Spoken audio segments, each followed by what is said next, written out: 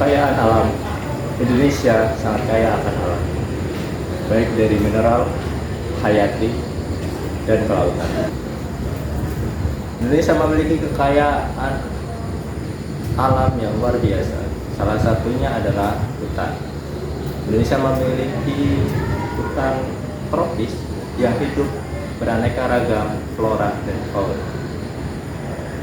Kemudian Indonesia memiliki kekayaan yaitu geografis yang strategis, di mana dihimpit oleh dua samudra dan lempeng vulkanik.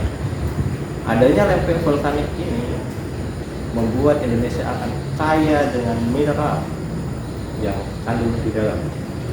Maka kita sebagai anak bangsa harus bangga bahwa Indonesia sangat kaya akan alam. Indonesia adalah negeri dengan keberagaman budaya yang luar biasa. Di tanah air tercinta ini terdapat lebih dari 1.300 suku bangsa yang masing-masing memiliki bahasa daerah, adat istiadat, seni dan tradisi uniknya sendiri.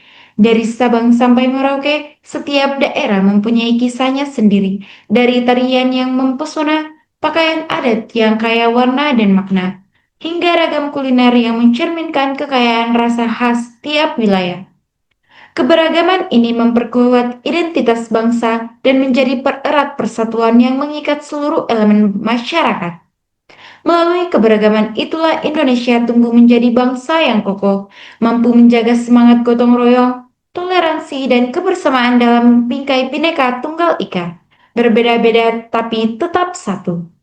Merayakan dan melestarikan budaya yang beraneka ragaman ini adalah kewajiban kita bersama, agar nilai-nilai luhur dan keindahan warisan nenek moyang dapat diwariskan kepada generasi mendatang dengan penuh kebanggaan dan rasa cinta tanah air. Dengan kekayaan budaya itulah Indonesia berdiri tegak sebagai bangsa yang unik dan kuat di tengah dinamika globalisasi dan perubahan zaman. Bangga atas kontribusi aktif Indonesia dalam tata kelola dunia, di mana terdapat beberapa kontribusi Indonesia aktif dalam tata kelola dunia. Yang pertama, sebagai pendiri dan penggerak ASEAN.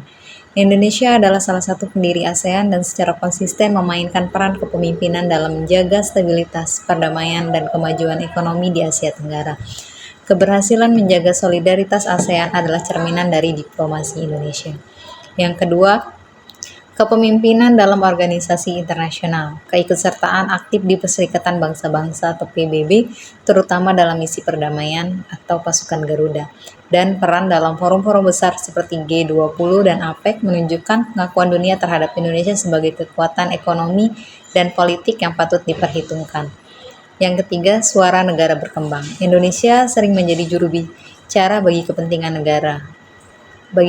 negara-negara berkembang, Global South, terutama dalam isu-isu seperti keadilan iklim, pembangunan berkelanjutan, dan reformasi tatanan ekonomi global yang lebih adil. Yang keempat, Indonesia juga menjadi tuan rumah konferensi internasional, di mana kesuksesan Indonesia menyelenggarakan berbagai pertemuan tingkat tinggi seperti Konferensi Asia Afrika, KTT 20, dan KTT ASEAN merupakan bukti kapasitas negara dalam memimpin agenda global. Itulah peran strategis Indonesia di kancah internasional yang membuat saya bangga menjadi berbangsa dan bernegara Indonesia. Merawat jejak bangsa, mengukir prestasi dunia, mewujud nyata bangga menjadi Indonesia. Pada masa penjajahan, bangsa Indonesia masih terpecah belah. Setiap daerah berjalan sendiri-sendiri, seakan tidak memiliki ikatan satu sama lain. Dari perbedaan suku bangsa yang terdiri lebih dari 1.300 suku bangsa, perbedaan letak geografis, sampai perbedaan agama dan kepercayaan kita. Penjajah memanfaatkan perpecahan itu, membuat rakyat Indonesia semakin menderita. Namun, tahun 1928, lahirlah sebuah ikrar yang agung dari para pemuda. Satu, kami